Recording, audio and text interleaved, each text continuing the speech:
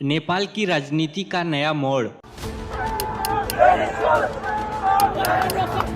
अगला प्रधानमंत्री कौन और जनता क्या चाहती है? नेपाल हिमालयों की वादियों में बसा ये देश, जिसने पिछले कुछ वर्षों में राजनीतिक चढ़ाव उतार बहुत देखे हैं। हर चुनाव, हर सरकार बदलाव के बाद आता है सवाल, अगला प्रधानमंत्री कौन होगा? और उससे भी बड़ा सवाल, जनता वास्तव में क्या चाहती है?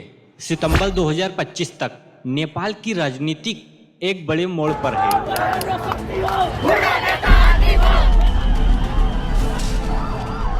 And they want to control us just like a dictator. Ground पर युवा, खासकर जेनजी, सड़कों पर हैं। सरकारों की पारदर्शिता, करप्शन, सोशल मीडिया, प्रतिबंध, रोजगार, भविष्य की उम्मीदें, ये उनकी चिंताएं हैं। इन पारदर्शिताओं ने पीके शर्मा ओली की सरकार को इस्तीफा देने पर मजबूर कर दिया और उसके बाद राष्ट्रपति रामचंद्र पौडेल ने संसद को तुड़वा दिया और मार्च 2026 के लिए नए चुनाव की घोषणा की। प्रदर्शनकारियों की मांगों का विश्लेषण करें तो ये प्रमुख बिंदु सामने आते हैं। जनता चाहती है कि प्रधानमंत्री किसी प्रमुख राजनीतिक पार्टी के पारंपरिक नेता ना हो, जो पिछले वर्षों के भ्रष्टाचार या पार्टीशन दूरियों से जुड़े हों।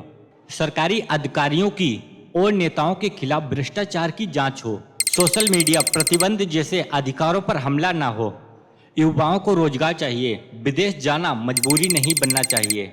और युवाओं को सत्ता में हिस्सेदारी, निर्णय लेने की प्रक्रिया में जनता की आवाज, अदालत, मीडिया, अन्य संस्थाएं स्वतंत्र हों। सरकार उनकी स्वतंत्रता को बाधित न करे। इन मांगों के बीच कुछ ऐसे व्यक्ति सामने आए हैं जिन्हें जनता अगला प्रधानमंत्री बनाना चाहती है, या कम से कम उनमें कुछ को उम्मीदवार के रूप में देखा जा रहा है। प्रमुख दो नाम हैं, सुशीला कार्की और बालेंद्र बालेन शाह। सुशीला कार्की का जन्म 7 जून 1952 में हुआ था। इनका जन्म स्थान शंकरपुर, सरलाही जिला, नेपाल। ये 7 भाई बहन हैं और ये सबसे बड़ी हैं। अगर इनकी पढ़ाई की बात करते हैं तो बीए आर्ट्स महेंद्र मोरंग कॉलेज, त्रिभुवन यूनिवर्सिटी 1972 में, और MA in politics science Banaras Hindu university Bharat 1975 में, एलएलबी त्रिभुवन यूनिवर्सिटी 1978। अगर इनके करियर की बात करते हैं तो वकील के रूप में शुरुआत की, ब्राटन नगर में कानून की प्रैक्टिस की, न्यायाधीश बने सुप्रीम कोर्ट में। बाद में 2016 और 17 में नेपाल की पहली महिला चीफ जस्टिस बनी। चीफ जस्टिस के समय न्यायपालिका में भ्रष्टाचार के खिलाफ स्टैंड लिया। और इनके पति दुर्गा प्रसाद सुदेवी हैं। 1973 में विराटनगर प्लेन हाईजैकिंग मामले में सुदेवी शामिल थे, जिसका उद्देश्य तत्कालीन राजशाही व्यवस्था के खिलाफ लड़ाई के लिए फंड जुटाना था। सितंबर 2025 में सुशीला कार्की को अंतरिम प्रधानमंत्री नियुक्त किया गया। संसद तोड़े गए। मार्च 2026 में नए चुनाव तय हैं। बालेंद्र शाह, इनका जन्म 27 अप्रैल 1990 काठमांडू, नेपाल में हुआ था।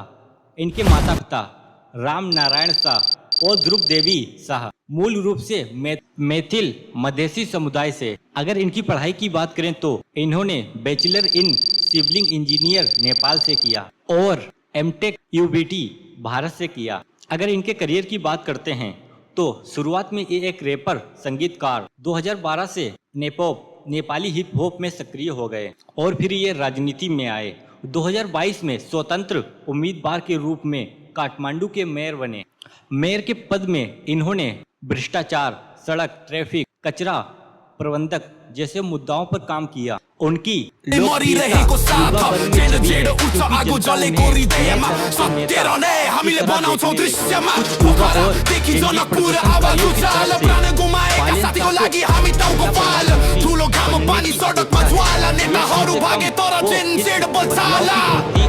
बन गए, लेकिन राजनीतिक अनुभव कम है। बड़े दलों और प्रणालियों के अंदर काम करना भी अजनबी हो सकता है। तो सवाल ये है, अगला प्रधानमंत्री कौन होगा?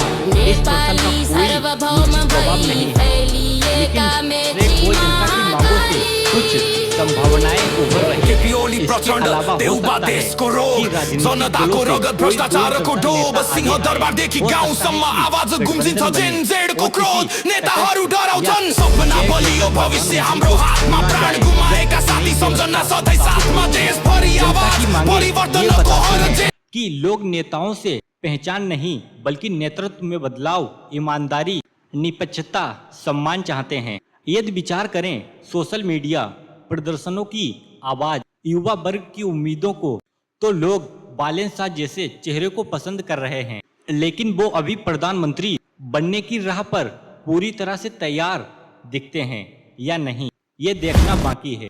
जब सुशीला कर्की को अंतरिम प्रधानमंत्री बनाया गया है तो उनके सामने बड़ी चुनौतियां हैं। सरकार की शक्ति सीमित है, संसद तोड़ी गई, निर्णय लेने में संवैधानिक प्रक्रिया आवश्यक है।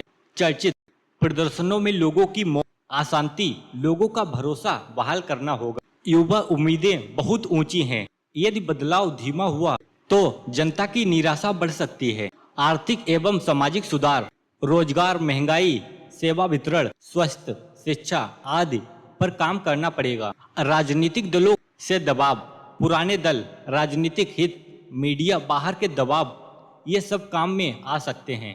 तो अगला प्रधानमंत्री कौन होगा, इस सवाल का एक ही जवाब नहीं है, लेकिन एक बात तय है, जनता अब सिर्फ वादों से संतुष्ट नहीं है। उन्हें कार्रवाई चाहिए, उन्हें पहचान चाहिए, उन नेताओं को जो राजनीति के पुराने खेल से दूर हों, नए हों, ईमानदार हों और जनता की आवाज को सुने। अगर सुशीला कर्की अंतरिम सरकार को चलाने में सफल हो जाती हैं तो विश्वास बहाल कर पाती हैं, तो वो एक सेतु हो सकती हैं बदलती व्यवस्था की ओर।